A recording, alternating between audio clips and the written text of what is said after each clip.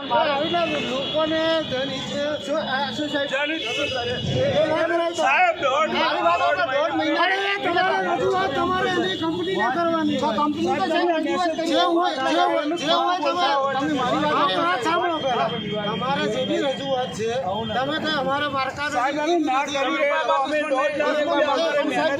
જે બી રજૂઆત હોય ને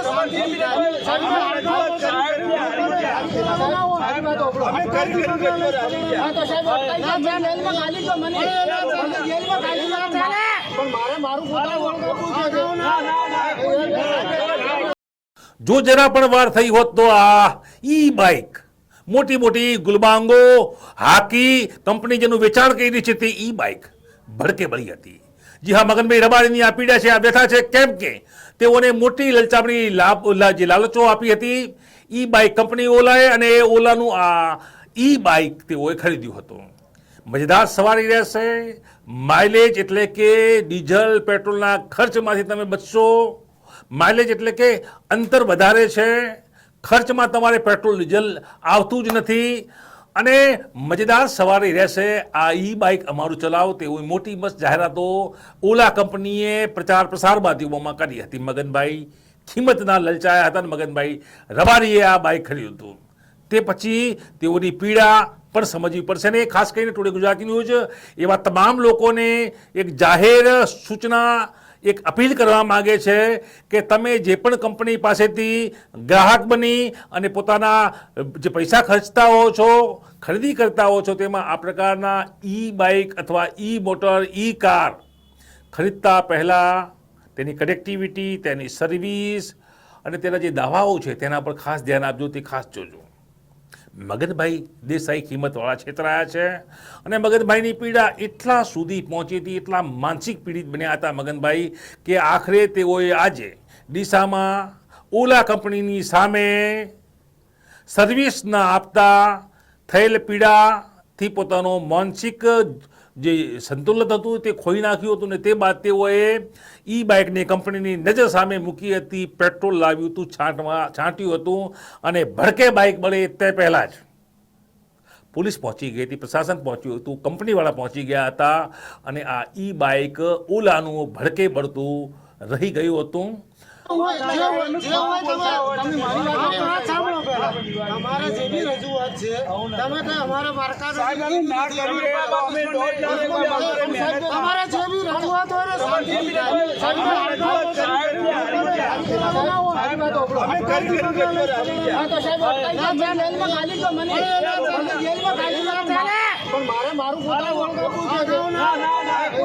અથવા જો 2 મિનિટનું મોડું થયું હોત તો ક્યાંક આ ઈ બાઇક રાખમાં ભસ્મીભૂત થયું હતું.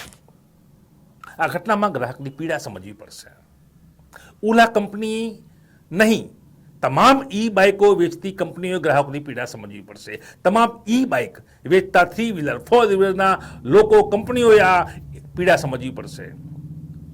મગનભાઈએ જ્યારે ઈ બાઇક ખરીદ્યું ત્યારે સર્વિસ માટે 1.5 મહિનાથી તેઓએ ઈ બાઇક કંપનીના ધર્મ ધક્કા ખાધા છે. કિંમતથી ડીસા મોટું અંતર 50 કિલોમીટર વારંવાર આવે છે. ગામડાનું વ્યક્તિ, ગામઠી વ્યક્તિ, ગરીબ વ્યક્તિ, ખેડૂત વ્યક્તિ, સપનોની દુનિયામાં વધારે માઇલેજ મળશે, પેટ્રોલ ડીઝલ નહીં પુરાવવું પડે, બેટરીથી ચાલશે, સસ્તું થશે. કેમ કે જે બજેટ છે ગ્રામીણ લોકોનું, તે બજેટના અંદર તેઓને મોટરસાઇકલ પેટ્રોલ ડીઝલવાળું પોસાય તેમ નથી. જોકે સર્વિસ ન મળી, ખોટવાળી બાઇક, સામાન નથી, આજે આવો કાલે આવો, આવા વાયદા આવતા હતા.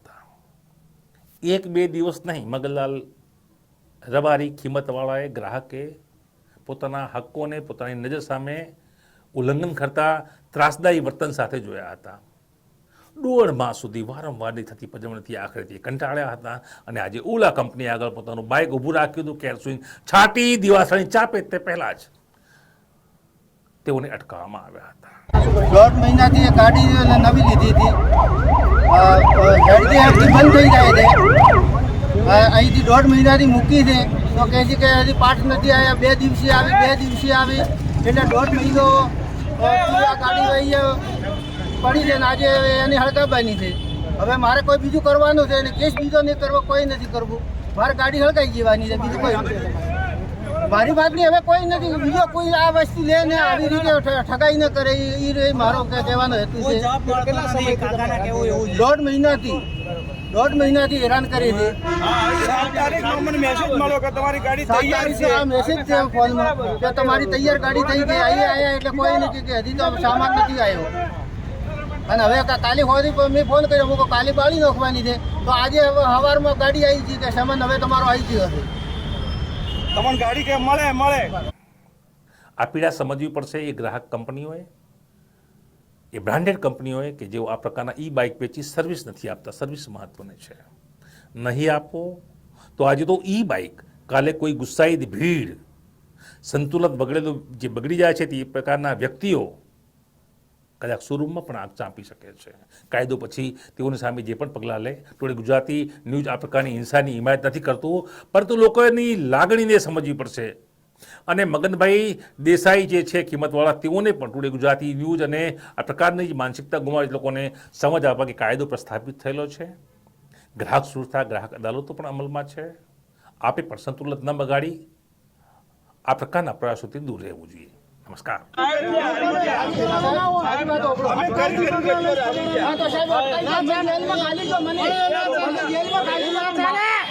મારું